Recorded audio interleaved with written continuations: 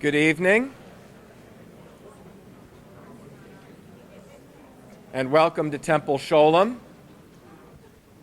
Mic is off. Oh, there you go. Let's try that again. Is that better? Good evening, and welcome to Temple Sholem of Chicago. My name is David Sandmel, and I serve here as a rabbi educator. It's my pleasure to welcome all of you to our congregation. We're a congregation that is deeply committed to Medinat Yisrael, to the state of Israel. We are also deeply committed to providing a forum in our community for a lively and robust discussion of those issues which are most important to us as Jews. And it is with that thought in mind that it is our pleasure to host this evening with J Street. And welcome all of you here, and remind everyone of the concept of a machloket l'shem shamayim, that it is possible to have a disagreement with those within our community over issues about which we feel strongly, with the recognition that in the end, those are disagreements which ultimately strengthen us as a community and as a people. And so, without further ado, I'd like to welcome Jeremy Ben-Ami, the president of J Street, to introduce our program.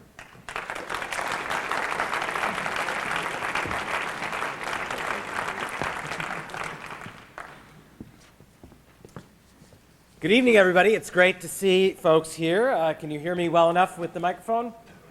Terrific. I'm really pleased to be here in Chicago this evening. This town hall, as part of the TWO campaign, is actually our 16th town hall that we have been holding as part of this campaign. We have had thousands of people come out in cities across the country to express support for a very simple notion, which is the United States can and the United States should help lead an effort to achieve a two-state solution to the Israeli-Palestinian conflict. And we, as supporters of the State of Israel, should be coming out to express our support for that goal, and specifically, despite the recent troubles, to express our gratitude to Secretary of State John Kerry for his dedication to the notion that being a friend of the State of Israel is to pursue a peaceful resolution to the long-standing Israeli-Palestinian conflict. So this evening, we are going to explore that goal in a little bit more detail. We're going to have a conversation with one of the architects of the concept of a two-state solution, Dr. Yossi Beilin, a good friend of mine, a good friend of our effort, and a real hero, not just for the State of Israel and its efforts in this cause, but a real hero for the Jewish people in all of the work that he has done on issues from peace to work on Jewish continuity as one of the original founders of the Birthright program. So I'm excited to be here with Yossi Beilin and his wonderful wife Daniela. I'm excited to be here at Temple Sholem, and I want to thank Rabbi Sandmel for his support and for the engagement of the synagogue community. I want to thank Mark Zivin, who you will be hearing from a little bit later, who is the chair of J Street Chicago, and there are many members of our executive committee that puts in a lot of hard work and a lot of hours to promote the cause of peace and security for Israel and the Palestinian people. So I thank all of the activists and the leaders in J Street Chicago. I want to point out our staff who are here this evening and say a word of thank you to them. One person in particular who has been run ragged over the last few days and is our Midwest field organizer. I don't even know if she's in the room. She's probably running around doing something. Oh, there she is. Timna Axel deserves a huge round of applause. Others on the staff, Jill Katz, I see in the back, is our regional finance director. I don't know if Alyssa Fetter here, who's our Midwest student organizer. I know there's a lot of students here from J Street U, from both University of Chicago as well as from Northwestern. And our National Director of Regional Operations and Strategy, Josh Friedis, and Adam Steinberg, who flew in all the way from Boston to help us out. So a lot of J Street staff are here, and I just say thank you to all of them. We're hoping to have a lot of discussion tonight, and a lot of time for questions and answers, and I know that at this time in particular, there are bound to be a lot of questions that many of you have about what's going on, where we're headed. You have underneath your seats or on your seats or somewhere around you note cards, and at any point you can begin to start writing your questions down on those note cards and hold them up in the air, and our staff and our volunteers will come around and pick them up, and we'll field them in an open Q&A session towards the end of the evening. So please find those cards and make good use of them. And I really think it's hard for this to be a more timely moment for us to be gathering to discuss these questions. You most likely have been following the news that Secretary of State John Kerry's efforts to achieve a two-state solution to the Israeli-Palestinian conflict have certainly run into serious trouble in the last few days. And if you've been following the news, it's kind of like riding a roller coaster. One minute it sounds like the talks are going to be extended and there'll be an agreement and prisoners released, and who knows what the prisoners will be or what country they'll be held prisoner in. And the next minute you look and the deal's falling apart. The Israelis say they won't release prisoners. The Palestinians say they're going to the UN and signing up for 15 new organizations. The bottom line is that we are here at the end of, closing in on the end of the 9-month period, and neither side has been able to hold to its commitments or to make significant concessions and significant progress on the way. In response, the Secretary of State has called off his most recent trip to the region, although saying just the other night in Brussels that we shouldn't read too much into that, that American diplomats remain in the region and are looking for a formula for extending the talks and for moving forward even as we speak. Now, I know there's going to be some on all sides of this conflict, here in the United States and there in the region, who will greet the news that the talks have stalled, sadly, with a sense of glee. They will take pleasure in falling back on a blame game that is all too common and is all too frequent, trying to prove that whatever is going wrong is, of course, the fault of the other side. And there'll be also a hefty chunk of criticism for our own Secretary of State for the United States and the role that it has played. And we'll talk a bit tonight openly and honestly about the way in which one can try to move this forward and how the Secretary has tried and what hasn't worked and what could still be tried. But for us at J Street, and for those of us who are gathered here tonight, we're here because we're interested in solutions. We're not interested in the blame game. We are not interested in pointing fingers. We support the goal of two states for two peoples. And we cannot let the troubles that this effort is running into at this particular moment obscure the fundamental truth that underlies the work that we at J Street do, that the two-state solution is and will remain an existential necessity for an Israel that wants to remain the secure, democratic homeland of the Jewish people. And ultimately,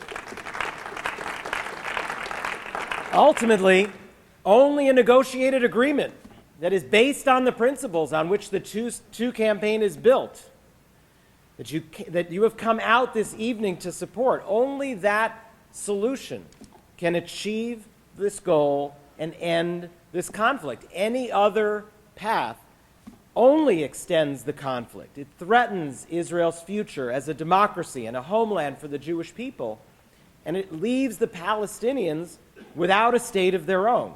Those of us who care deeply about the state of Israel, who care about the future of the Jewish community, who feel a connection to the values and to the history of the Jewish people, have to understand the consequences if these efforts to resolve the conflict diplomatically don't succeed. If talks, in fact, do break down, the state of Israel will be headed down a path of ongoing settlement expansion, of increased occupation, accompanied by ever-growing international ostracism and isolation.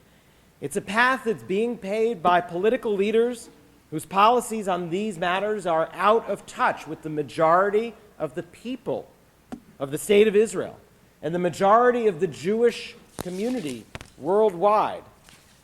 The majority of the people here and in Israel understand that the status quo is unsustainable, that the State of Israel cannot be both Jewish and democratic if it retains control over all the land between the Jordan River and the Mediterranean Sea. The question for us as Americans will be, what do we do about it? Now, I know that some in our community have already thrown up their hands in despair, and they've walked away. Others turn in anger to organizations and movements whose response to the situation is to turn against the state and the people of Israel. But we at J Street, no matter what happens in the coming days with the Kerry Initiative, we remain committed to certain basic truths. We believe in and we stand for a state of Israel that is the secure, democratic home of the Jewish people. We believe that the future of the state of Israel will only be assured when there's a state of Palestine living alongside it as the national homeland of the Palestinian people, bringing to an end the conflict between these two people. We believe that there is nothing more pro-Israel than to oppose policies that take Israel away from that goal and toward a one-state nightmare of Israeli control over all the land between the river and the sea. That is why we will continue to fight in the American political arena to change a political atmosphere in which a candidate for president like Chris Christie has to apologize to Sheldon Adelson for calling the West Bank occupied territory. We believe as well that our own American Jewish community should be conducting an open and a vibrant debate about these issues, but a debate grounded in the values and the principles on which we were raised. And in that vein, we feel it is absolutely essential to say loudly and clearly that it is not right for our people to treat another people the way that we would not want to be treated ourselves. That is the mission of J Street. I hope that you will join us in that work. You'll hear more later from Marilyn Katz on exactly what you can do tonight, whether it's signing up on our petition to John Kerry saying you support what he's trying to do, or asking your members of Congress and the Senate to support resolutions that in fact express congressional support for Kerry's efforts. And this year, our national get-together is not a conference in Washington, D.C., where several thousand people have gathered every year. This year, we're all coming together in San Francisco in June, and I hope you'll consider joining us there. We'll have our next national conference in Washington in March 2015. And please consider getting involved right here in Chicago, in J Street. We need advocates and allies and supporters to join and grow our movement. Fill out the commitment card that is on your seat and let us know how you'd like to get involved. Drop it off at our volunteer table as you're on your way out. I know that this work is not easy. The road ahead to resolving this conflict is a long one, but we are making real progress as a movement. We are changing the politics around Israel in Washington and the conversation in our community. We also know the teaching of our sages, that it is not incumbent on us to finish the task, but we are not at liberty to desist from trying. And this particular piece of wisdom couldn't be more apt at these challenging times. We may worry whether or not we will reach our goal, but we cannot stop the effort. The future of the state of Israel, and frankly, the heart and the soul of our community demand it. Thank you all very much for coming. Thank you for the passion and for the commitment that you show, and I'm looking forward to the discussion this evening.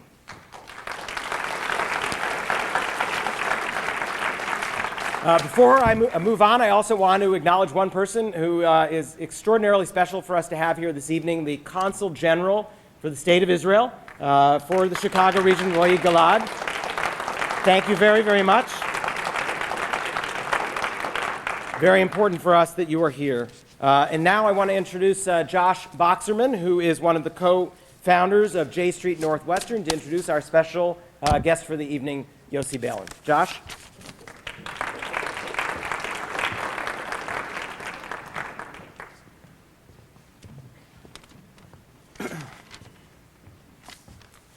Hello and good evening.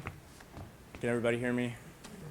My name is Josh Boxerman. I'm a junior at Northwestern University majoring in history, and I'm part of the leadership of Northwestern's chapter of J Street U.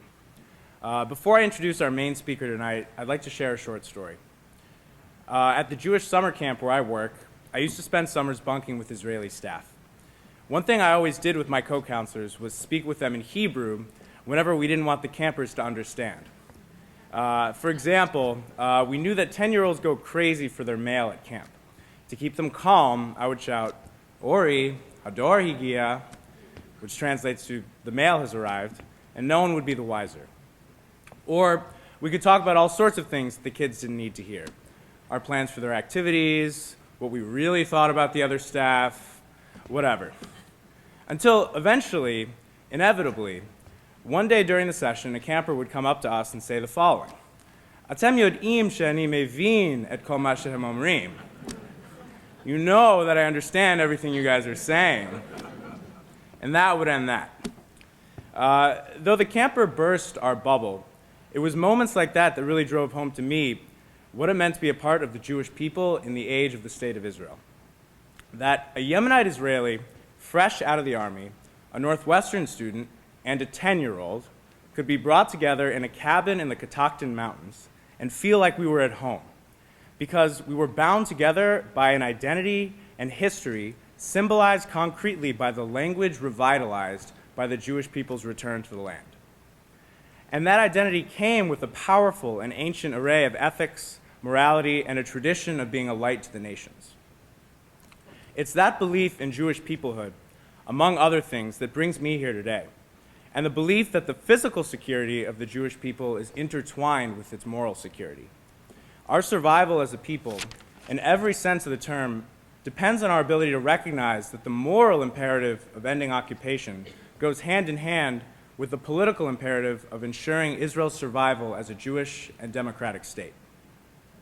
Mobilizing our community around the framework of a two-state solution serves as a call to complete the dream that is Israel, a Jewish state, secure and internationally recognized borders, with its policies grounded in its founding values, values that Jewish parents, teachers, and camp counselors pass on to their children every day. And no one has fought for those values more than our keynote speaker tonight, Dr. Yossi Beilin. Dr. Beilin is a former member of Knesset, where he served for the Labor Party from 1988 through 2003, and for Meretz, which he chaired from 2004 through 2008. Beginning in the mid-1980s, Dr. Beilin held various ministerial positions in the Israeli government, including Minister of Justice. During his tenure as Deputy Minister of Foreign Affairs, Dr. Beilin initiated the 1993 Oslo Accords. In 1994, he initiated the process that led to the launch of the Birthright Program. Dr. Beilin, together with Palestinian Minister Yasser Abed Rabo, led a Track 2 process in 2001, which ultimately became the Geneva Accords, a possible structure of a permanent agreement between Israel and a Palestinian state. He has published numerous books on the peace process and Israeli politics and policy, and he has a PhD from the University of Tel Aviv, where he taught courses in political science for 13 years. Dr. Beilin is currently the president of Beilin, a business consulting firm that he founded in 2008. Please join me in welcoming Dr. Yossi Beilin.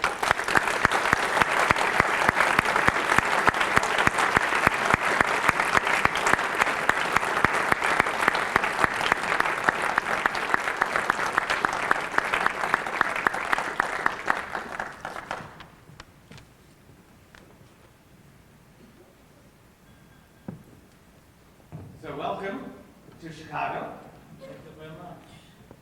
We decided to conduct this evening as a dialogue and a conversation.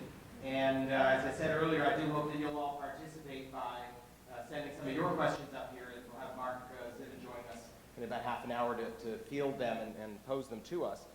And so I've got a few questions that I want to start with. One is perhaps just for the live stream. You know, gotta get you on camera for the hundreds watching at home. Where I want to start is, for many people, a time in the search for a solution to this conflict when things look bleak is hard to get through. There's a lot of peaks and valleys, and people feel at times a sense of disillusion. You've been at this for a long time. I'm curious if you could share with us what motivates you as an Israeli, as someone who cares deeply about the state and the Jewish people. What do you dig into inside your own beliefs that keeps you going? What is your personal motivation for continuing to do this work? You didn't prepare me for that. I know.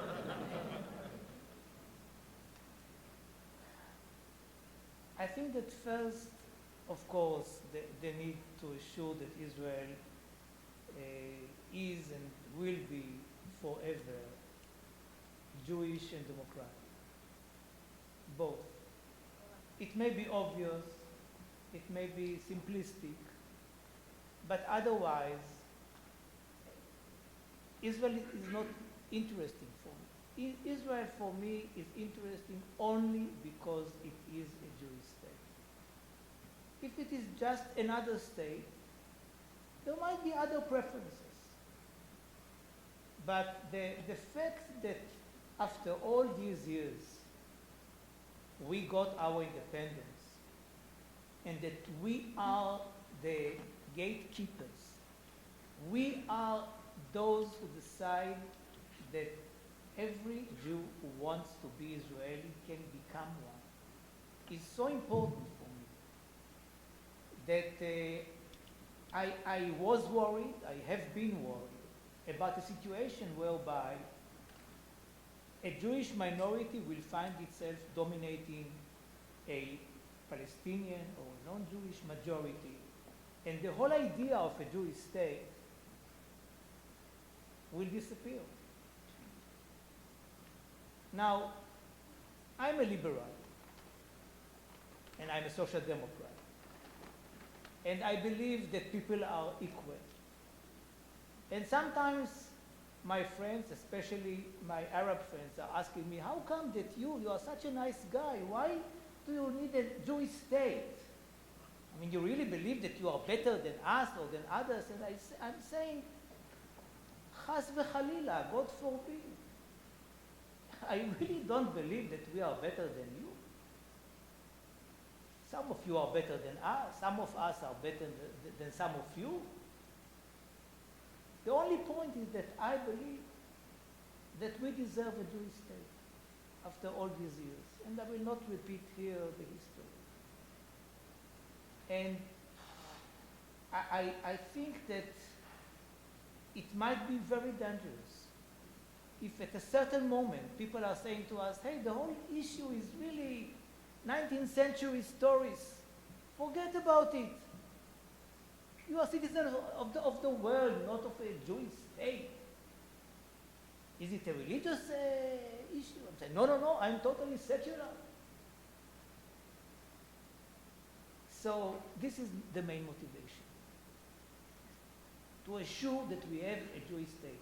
And here, coming here, I got here now the paper, which is very interesting. Maybe you got it too, or maybe I was privileged, I don't know.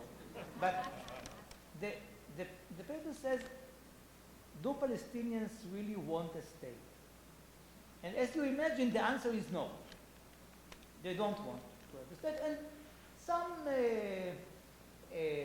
very interesting arguments, by the way, why actually they only are playing with the idea of a Palestinian state, but they don't really want it. That's the paper.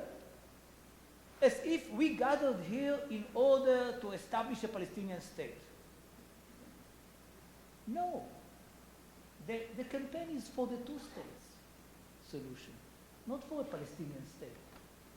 My main motivation is the Jewish state. I'm very selfish. Of course, I don't want to occupy other people. I don't believe that me and my kids and my grandkids should stand there in the checkpoints and ask all the women different questions and not allowing them to cross the bridge or whatever. But my main motivation is selfish, is national. And the fact that they don't want a state, imagine that those good people outside there are totally right, and they know something that we don't know, that the Palestinians actually don't want a state. What are we going to do? What are we going to do? We are going to say exactly what Sharon did. We will withdraw unilaterally in order to assure that Israel is a Jewish and democratic state. So the last thing, not the last thing, one of the last things, is whether they want a state or they don't want a state. For many years, people like myself hoisted the flag of the Jordanian-Palestinian Confederation. Do you remember it? My Labour Party did not speak about a Palestinian state. It spoke about a Jordanian-Palestinian state. And then when Hussein in 88 said enough is enough, I am giving up on the West Bank, the Labour Party said, okay, this is the case, we might think about a Palestinian state. But the major issue is the border for us. And if they don't want a state, I believe that most of them do want a state. There might be some Palestinians who do not want a state, and I cannot prove it because we still don't have an agreement. But if they don't have an if they don't want a state, we will have to withdraw unilaterally. Either if the prime minister is a rightist or if he is a leftist. Sharon did it as a rightist, and Bibi might do it as a rightist. And if there is no choice, also a leftist will do it. But before we do it, at least we should really exhaust all the possibilities in order to try and have an agreement. Because there is a huge gap between an agreement on Gaza and a non-agreement on Gaza. And there will be a huge gap between an agreement on the West Bank and a non-agreement on the West Bank. And what we are doing here is trying to convince ourselves and the world that an agreement is round the corner. And only if we are totally wrong, we will go to the unilateral solution. If the Palestinians don't want a state, it will not change the main aim of our work, which is to create a border beyond which we will not occupy anybody and take their rights.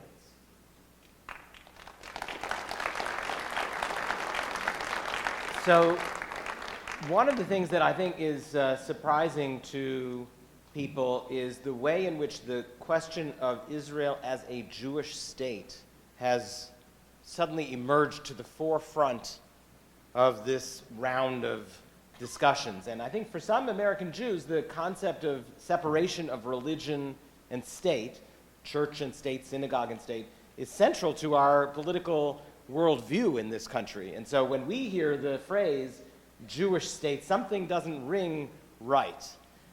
But you've used it very comfortably.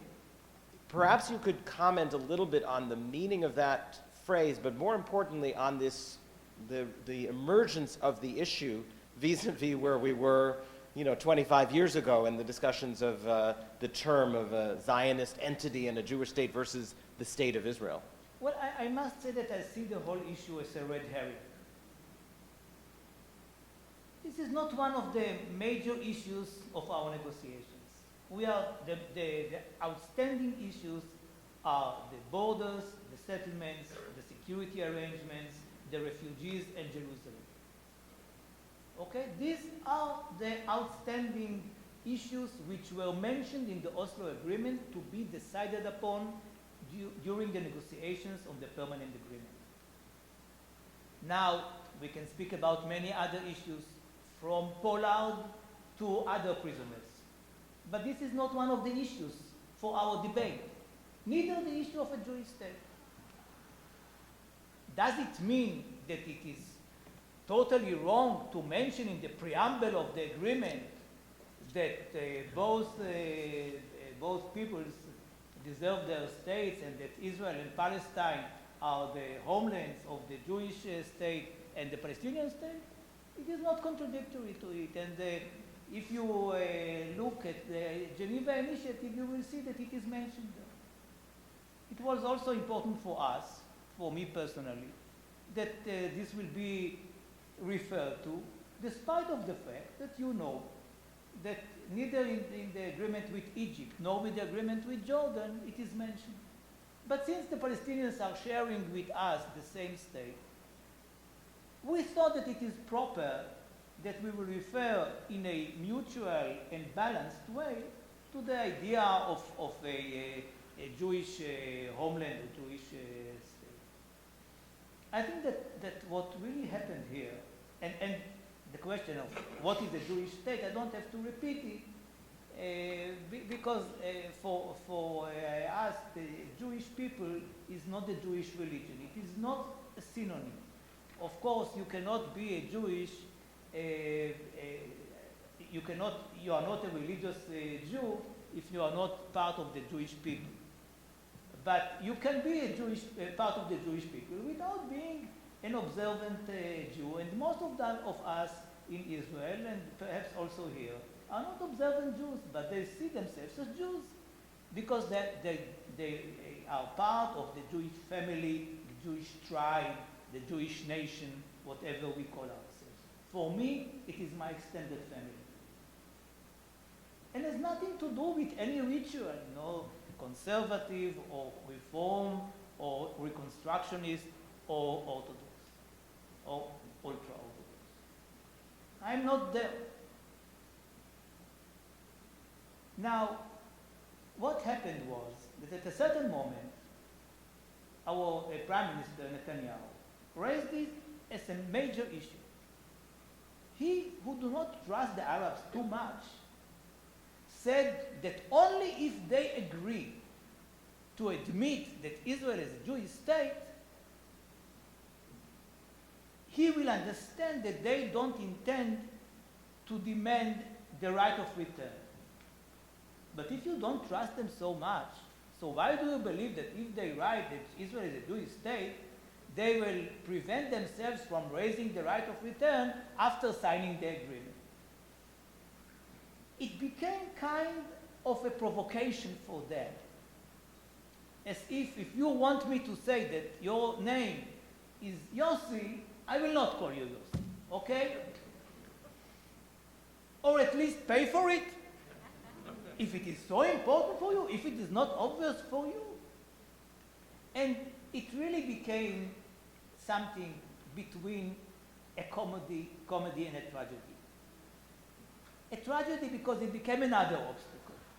We had enough, so now we have a very big problem. And poor Kerry has to go shuttle from Ramallah to Jerusalem in order to deal with this Jewish state, and he himself doesn't understand exactly what do we need for the Jewish state for. But the problem is that for years, the Arabs would call Israel the Jewish entity, the Zionist entity, the Jewish state, only in order not to say Israel. There was once upon a time a Egyptian president by the name of Morsi. Do you remember him? And this guy, poor guy, had a difficulty to say Israel. It did not happen. He tried unsuccessfully. So this was the case with many Arab leaders. They never said Israel. And I remember myself, especially in the foreign ministry, when we had the debates with Arabs, and in such a debate, the Arab in the room would say the Jewish state. And I said, it has a name already. It has a name, and it's Israel. Can you say Israel? No, you would say. It's a Jewish state. Now, out of the blue, there is no Israel. They say Israel all the time, and we say a Jewish state. Why is it so difficult for you? This is the comic part of it. Really, I'm telling you, I support the idea. I can understand, generally speaking, why Netanyahu wants to mention it. But this is really a side story. A side story. What is so difficult is to determine the borders, to determine what are we really doing with the issue of the Palestinian refugees. What does it mean symbolic solution? What does it mean economic solution? What does it mean compensations for them? And what are we doing with Jerusalem? We, in the Geneva Initiative, we suggested solutions, and it was signed by prominent people on both sides. But this is not a formal one. So to get to all these solutions is a very big world. Rather than that, look what is happening right now, if you are following the news. The question is how many prisoners Israel will release in order for the Palestinians to continue negotiations which do not take place at all. Because their negotiators already resigned. So they don't meet and talk between them. Only Kerry is shuttling between the two entities, Israel and the Palestinian Authority. And then only Kerry is compromising. He is releasing Pollard because nobody else is ready to compromise. He is the one who is compromising. Now, this is really, what should I say, lunatic. This is not, I mean, talk about the issues. What happened to you? You can't solve them. Okay, admit that you can. But to find ourselves after 8 months of negotiations, dealing with the prisoners and with Pollard is inconceivable. And you know, people are reading the news and saying to themselves, oh, very interesting. Now, what will be the number of the prisoners to release? But did you come for that? Is this the issue? So again, the issue of a Jewish state is not idiotic. One can raise it. It was raised in the past. There is a solution for it. The main problem for the Palestinians to accept it is the issue of the Israeli Arabs, because they are the ones who are telling the Palestinians, don't mention it, because if you say Palestinian state, a Jewish state, it is as if we don't exist. And this is why we found the formula which says without prejudice to the minorities. This is the solution. And it can be found, and I'm sure that if we solve the other problems and we get to this issue, and we are trying to formulate the preamble, this will be part of the preamble. This is not going to be the problem between us and the Palestinians if we really are going to negotiate with them seriously when the current obstacles will be solved and the parties will talk seriously in the coming 9 months until the end of 1940. So I've got a couple more big picture questions, and then we're going to open it up for your questions. I just want to remind you about the cards that you have. If you do have a question, please write them on the cards, hold them up, and one of our volunteers or staff will come around and pick them up. So the first of the two questions, and we'll take about 5 minutes on each, and then we'll go to the audience Q&A. We're here in the United States. We are 6,000 miles away. We are Americans. Everybody basically in this audience is American. And so the question for us, we've talked a bit about Israel's interest in this. We've talked about the need for this from the Israeli point of view. But from an American point of view, what is the right role for a U.S. mediator, for a U.S. interlocutor to play in Israeli-Palestinian negotiations? There is one camp in this country that says the only way for this to proceed is direct negotiations between the parties. Leave them alone. You, the United States, should stay out of it and leave the two parties to talk. But in your opinion, what is the most helpful role for the United States, and how should it go about playing that role? You know, I'm not sure whether it is my role to recommend to the American administration what is the best thing for the administration to do. I'm not an American citizen. And if the American administration believes that it is not in its interest to have peace in the Middle East, who am I to tell the administration, make peace between us because we cannot do it without you? All right, so can we stipulate it's in the American interest, and then you'll answer the question? Yeah. All right, let's stipulate it's in the American national interest. Okay. I can say that the Middle East is playing a very important role in the American diplomacy. I can see that Americans are leaving Iraq, are leaving Afghanistan, and that it is important for them to have a supportive coalition in the Middle East. And this supportive coalition apparently cannot be created as long as the Israeli-Palestinian problem is not solved. So my analysis would be that the solution for the Israeli-Palestinian conflict might be very important for the American administration, unless the American administration says to me that I'm wrong. Now, about the need for the American party. The need for the American party is not always there.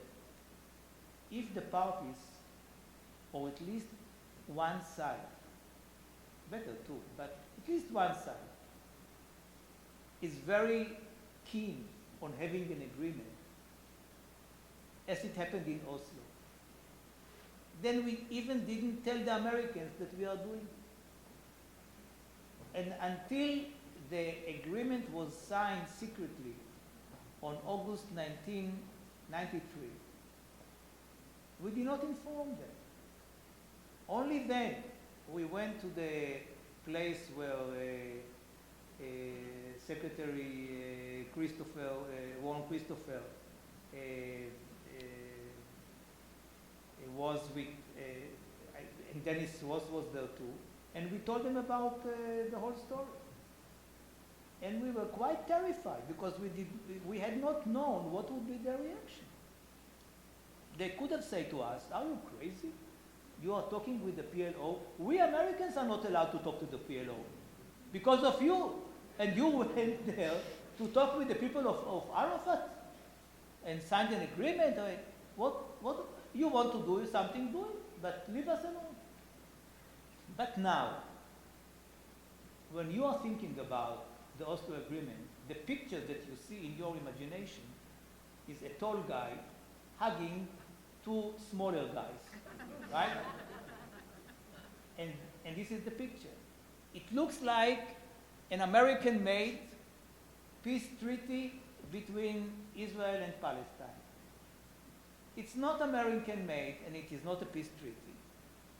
But this is what is left in the memory. That is when the parties want, or at least one of them, which was Israel under Rabin. And Arafat was in a very difficult situation there after the first Gulf War, and understood that it might serve his interests if he's having an agreement with us. The same when was for Jordan. And our Consul General here served in Jordan, and he knows it, that we made peace with Jordan without the American help. We surprised the Americans again. And the wisdom of President Clinton was that rather than being angry with him with us because we surprised him, and usually we agree not to surprise each other, as you know, we surprised him twice. But he could say, after only 2 years as a president, that the Middle East changed. We have full peace with Jordan and an agreement with the PLO. So if you ask me, this is the best case scenario, when we don't need the American help. This is not the case today. In the triangle of Israel, Arab state, United States, you need one side which is eager to solve it. And right now, the one side is the United States. And the one person is Secretary Kerry. Not that he is not backed by the president, by the administration. I'm sure that the president is very happy to do something like that. But he is much more reserved. You can see the body language of the president when you see both of them. Kerry is eager, believes that it is doable, and the president is like saying, well, I know Netanyahu, I know Abu Mazen, sei gesund, be well, do whatever you want, and I hope that you succeed. I really hope that you succeed, but I'm not sure that you are doing the right thing. I'm not quoting, of course, but this is my amateurish... He didn't say sei gesund. He didn't. No, this he said. So the Americans today are vital for success in these negotiations. My only reservation is I believe that Kerry went too far. He believed that in 9 months one could have a permanent agreement between two reluctant parties. He behaved to the parties as if the negotiations took part between Rabin and Arafat, an Israeli prime minister who is ready to pay the price, and a Palestinian leader who can deliver the Palestinians and their territories.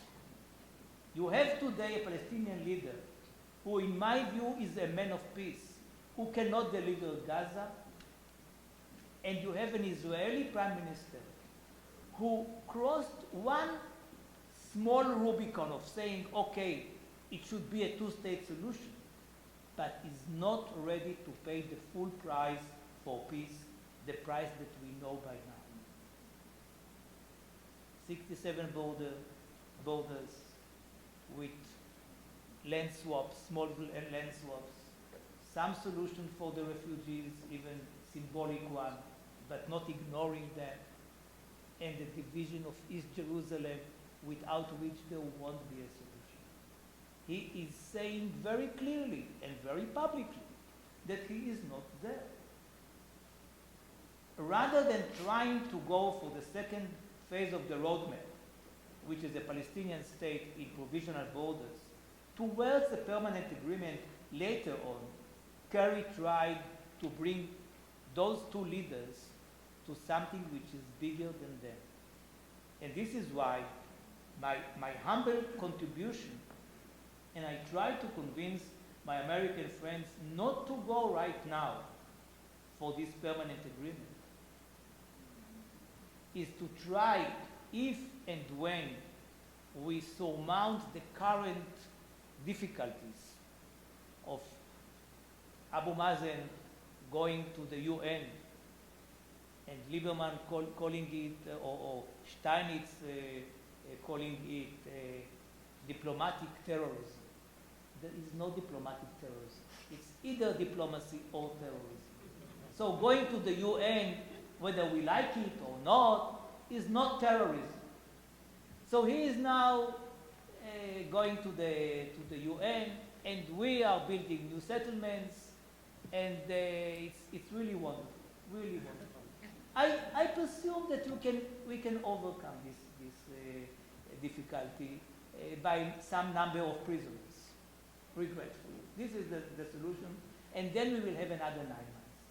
I hope that these 9 months will not be wasted of something which is right now, in my view, impossible, but over something which will be feasible, like a Palestinian state. At least there will be a Palestinian state, but the borders will be provisional, and we will not deal right now neither with the refugees nor with Jerusalem, because it is too difficult for these two parties right now. So I think this is a good time to invite up to the stage Marilyn Katz, who is the founder and president of MK Communications, and Emma Pasternak, who is the co-chair of J Street U Chicago, who are going to tell us a little bit about what we are trying to do through the two campaign and some of the specific actions that you can take to help us try to push this agenda forward to get past the current troubles and get our eye back on the work that we're trying to do, which is to resolve this conflict. So welcome to the stage, Marilyn Katz and Emma Pasternak.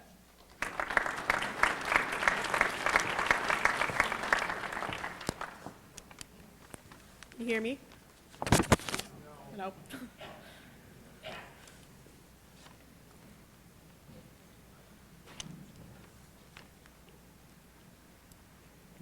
How about now? Okay. Hi.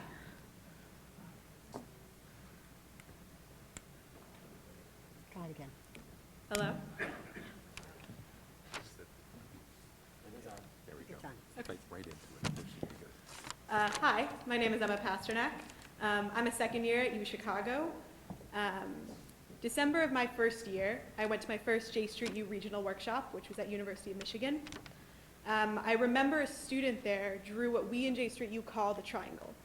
He drew a triangle and at each leg wrote Jewish, democracy, all the land. Then he looked out at the 45 of us sitting in the room and he said, you only get to pick two.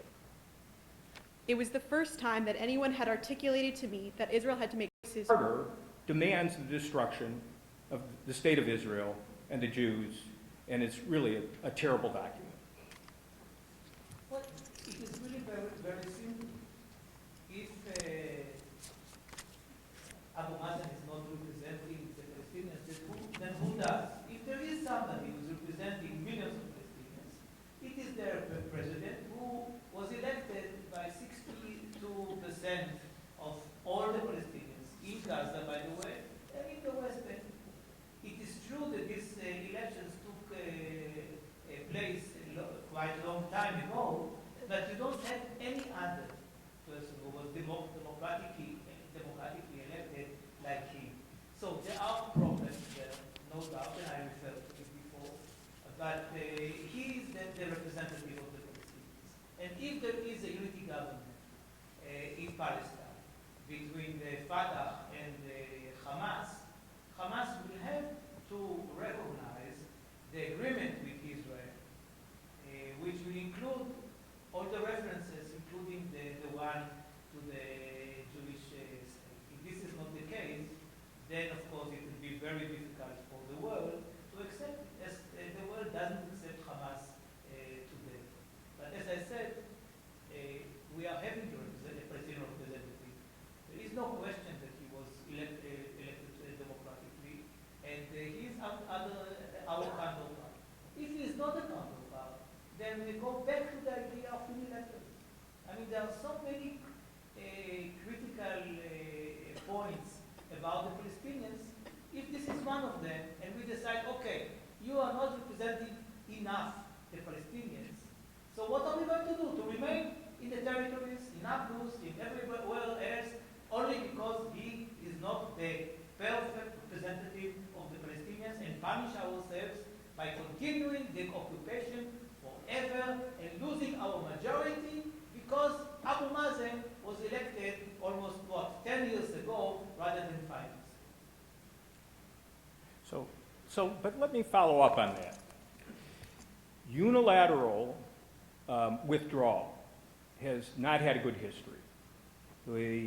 Israel unilaterally withdrew from Lebanon. Hezbollah has gotten nothing but stronger. Israel unilaterally withdrew from Gaza, and we have rocket attacks. You have Hamas. You had a terrible civil war within Gaza. The Palestinians couldn't even govern themselves when we left them alone to govern. So if Israel were to unilaterally withdraw, doesn't that put in danger the security of the state of Israel and perhaps the security of international travelers, those of us who fly into Ben Gurion Airport? I mean, this is why the unilateral withdrawal from the West Bank will be foolish, as the withdrawal from Gaza was foolish. The withdrawal from Lebanon was not foolish, and but for the war in Lebanon, which we launched, it was triggered by the Hezbollah, but we launched this war. It is a relatively silent border between Israel and Lebanon since May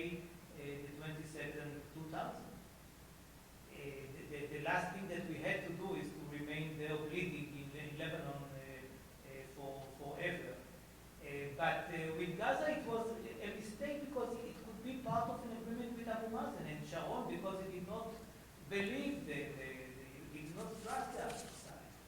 He preferred to live unilaterally. And then people are saying, see what these Arabs, I mean, we left Gaza and they are shooting. Do you have an agreement with them? Did they promise you anything? And this is why I believe that any agreement is even an imperfect one, is better than a non-agreement. But what I'm saying is that because Netanyahu doesn't trust the other side, and because he's not ready to pay the price, he might find himself eventually, since he's a Zionist, and he believes in the Jewish state, and I think that he is also a Democrat, willy-nilly he will find himself withdrawing unilaterally from the West Bank, and you know what? He has already the border prepared for him. The border is the wall, or the fence, whatever you call it. And it was not built by me. It was built by Sharon, who was the former Prime Minister of the Likud. And he built it as the leader of the Likud before he left the Likud and created Kadima. So the border is there. It is 8% of the West Bank. And if Netanyahu understands that we are on the verge of a Jewish minority, which might take place in very few years, we don't know exactly because there are some other variables, but it is a very, very close situation to a Jewish minority, then I believe that he will do it. Now, how am I so wise? Because the former Israeli ambassador to the United States appeared in the media before on February the 26th, just a month ago, and said that if the Palestinians take unilateral steps, like going to the UN, Israel should withdraw unilaterally from the West Bank. And then Netanyahu was asked about his former ambassador's statement. Rather than saying, no way I will withdraw unilaterally from the West Bank, he said that he preferred an agreement. Thank you very much. You prefer an agreement. But if there is no agreement, this music of unilateralism is again there. Since we don't trust the Arabs, we will get it for them for free. We hate the Arabs, take Gaza. We don't trust the Arabs, take the West Bank. Difficult for me to understand. And you know, my small party merits enabled Sharon to leave Gaza. He needed our 6 votes in the Knesset, and without us, he did not have a government. We did not join the government, but we supported it from without for a whole year, only to let him leave Gaza. And I came to him, and I begged him. I said, okay, you didn't like to talk to Arafat, and you only sent your son to negotiate with him. This is what he did. But now there is no Arafat. You have Abu Mazen with a suit, with a tie, speaks English, and is against violence. This was our dream. You are leaving Gaza few months after you said that the future of the small settlement of Netzarim in Gaza is like the future of Tel Aviv, and that we should never leave Gaza. For whatever reason, you change your mind. God bless you. Now you are ready to leave the whole of Gaza. Wonderful. Why don't you at least talk to Abu Mazen and say it is part of our deal? He said, because I don't trust him. He said, okay, but you will have an agreement. There will be a world witnessing it. You will have somebody to complain to. Here you are giving it to the honest